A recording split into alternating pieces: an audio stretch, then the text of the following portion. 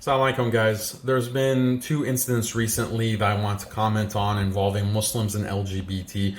One case, of course, is the famous football player, soccer player who has been blasted on international social media because he refused to wear rainbow colors in support of LGBT. And he has been facing huge backlash and also a lot of support from the Muslim community.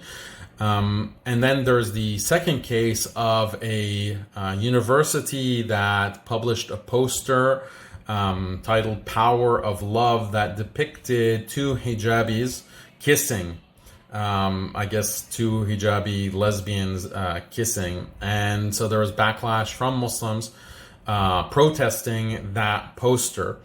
And what I'm seeing from a lot of Muslims trying to defend that football player or trying to criticize this Western university, I'm seeing a lot of liberal argumentation or the use of certain liberal values such as freedom of choice, tolerance, inclusivity. What you see some of these Muslims saying is that, look, depicting two hijabis kissing, this is not tolerant of all Muslim belief because a lot of Muslims do not agree with that. So it's an argument to tolerance. It's an argument for inclusivity.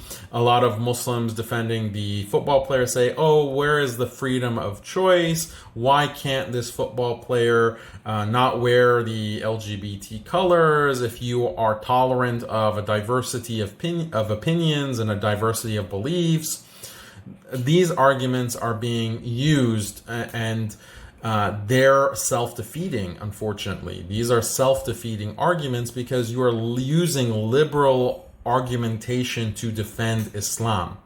And ultimately, that is not going to work in the long run. This is like how Muslims were arguing against the hijab bans in France and other countries. And some Muslims were defending Muslims and defending the hijab by saying, we have to have freedom of choice. And Muslims should be able to dress however they want. But notice that this is not an Islamic argument, or this is not an argument that is grounded within Islamic values. You are appealing to freedom of choice, or you are appealing to inclusivity and tolerance, which are liberal values. And if you argue, for example, that people should have freedom of choice, therefore it's wrong to ban the hijab, then what happens when nudists are asking to have the freedom to wear nothing and to go around in the streets naked? Would those nudists be able to come to Muslims and say, hey, Muslims, when the hijab was banned, you argued for freedom of choice. So will you defend our freedom of choice to walk around in the nude and walk around naked? And Muslims would then be put in a very awkward position and would have to say, well, no, actually, we don't support that. Or maybe some of these Muslims would say we support nudism as well because, again, they've been liberalized.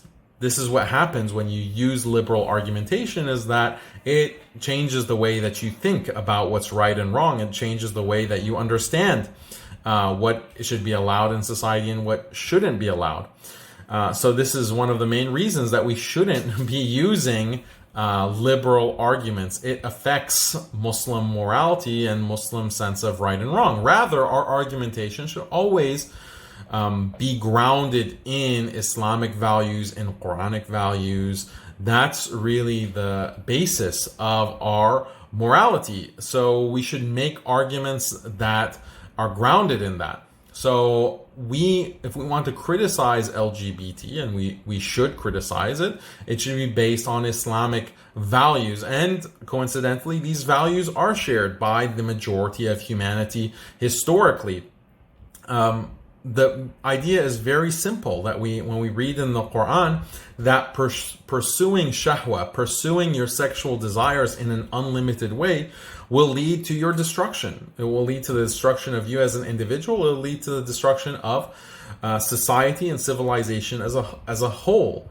And if you open the door to all kinds of sexual practices, as the sexual liberation movement does, then this is a dark path and it leads to all kinds of major problems that we see in society around us. And all of this started with the sexual liberation movement, where fornication, zina, was normalized within the West. And once they, lost all shame when it came to fornication, then that led to bigger and bigger sexual deviances and degeneracy. And now we're experiencing what we're experiencing in the world today with hijabis on posters kissing. So this is the Quranic value. This is the value that we find in Islam, that we are against a free-for-all. We are against just pursuing your desires unchecked. Whatever you feel, whatever shahwa you feel, you should just express it, you should pursue it, you should fulfill it. No, this is something evil. This is something that will destroy you as a person and will destroy civilization as a whole. It wasn't just Qawm Lut that was destroyed because of this. You had other civilizations throughout history that arguably were destroyed on the basis of degeneracy and decadence. This is what some of the historians of the modern period argued about Rome, for example. Why was Rome destroyed? Why was ancient Egypt destroyed? Why did those civilizations ultimately falter and fall? It was because of decadence and degeneracy and this kind of sexual liberation. So this is something that we can explain and we can argue to non-Muslims, and we don't have to compromise Islamic principles and values by doing it, because this is found in the Quran. This is really this is what we can express in a very simple way for non-Muslims to understand.